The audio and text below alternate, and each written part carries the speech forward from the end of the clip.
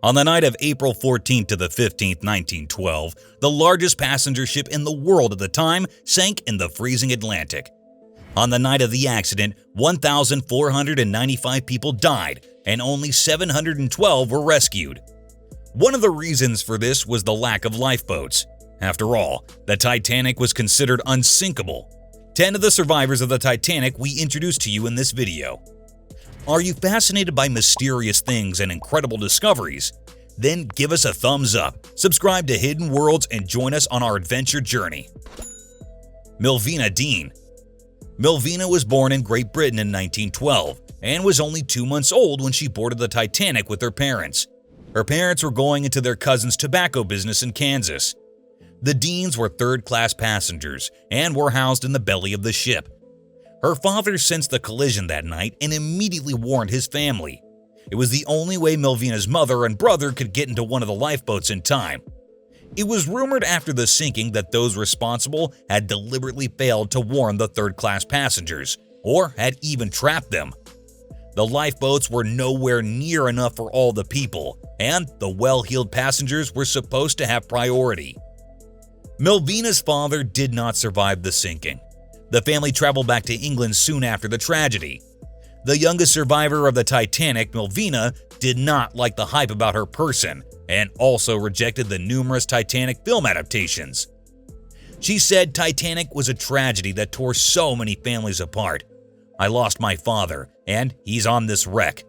I think it's disrespectful to make entertainment out of such a tragedy.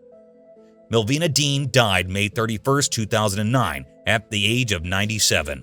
Her ashes were scattered in the docks in Southampton, from which the Titanic first and last sailed in 1912. Margaret Brown.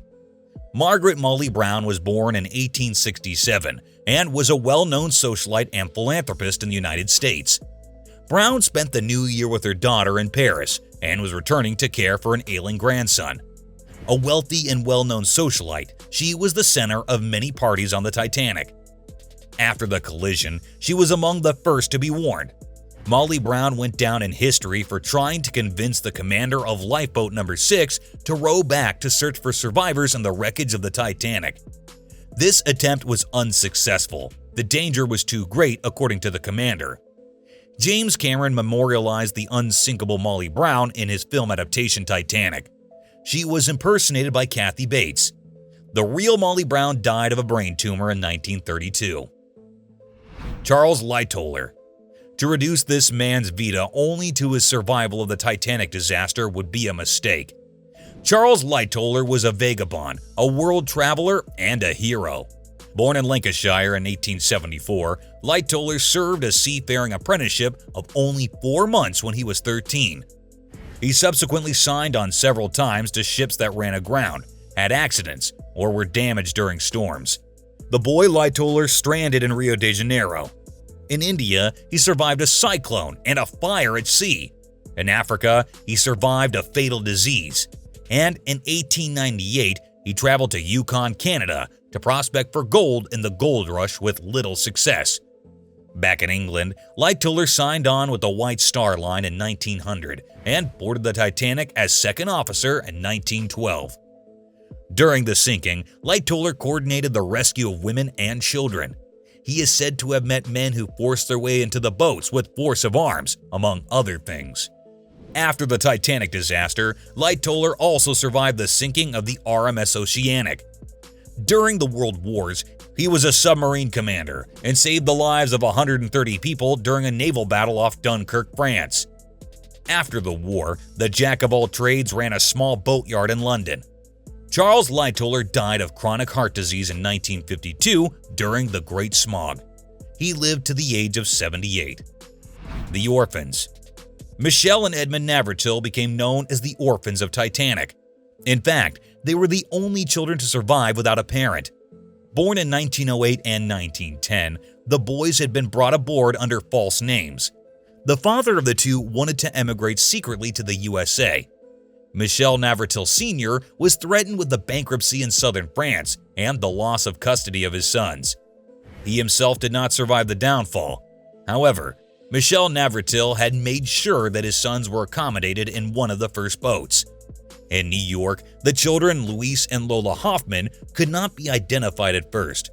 Only after pictures were published in French newspapers, the mother was found and the children could travel home. Michelle became a professor of philosophy, had a family, and lived to be 92. Edmund was an interior designer, married and died on July 7, 1953, at the age of 43. Michelle avoided publicity and disliked the hype surrounding Titanic survivors. In his memoirs, he wrote of his time on board. "I looked down the length of the hull. The ship looked magnificent. My brother and I played on the forward deck and were thrilled to be there. When we went to breakfast in the fine dining room, I had a feeling of complete well-being." Lucy Noel Martha Leslie. Lucy Noel Martha Leslie was popular and well known in London society as the Countess of Rothes. The delicate beauty was also one of the social centers aboard the Titanic. Lady Rothes was on her way with some family members and a maid to her husband, who was away in the USA. Like many of the noble guests, she was among the first to get a seat in a lifeboat. On board, she is said to have soon tried to take command, so that the actual captain of the lifeboat instructed her to take over the tiller. This the delicate countess did, steering the boat through the icy cold of the tragic night. A few hours after the sinking, her lifeboat reached the Carpathia, which had rushed to the rescue. The Countess of Rothes died of heart disease at her home in Sussex on September 12, 1956. Violet Jessop. Violet Jessop was born in Argentina in 1887, the daughter of Irish immigrants. She survived tuberculosis at a young age and later became a nurse. Jessop was unusually beautiful and reportedly had trouble finding a job because of her attractiveness. On the White Star Line, by her own account, she hired on in old clothes and with a sullen face. In 1911, she was aboard the Olympic and survived a serious collision with another ship. On the Titanic, she was one of the VIP attendants. The sovereign woman was saved only because she was supposed to climb into one of the badly shaking boats as a guinea pig.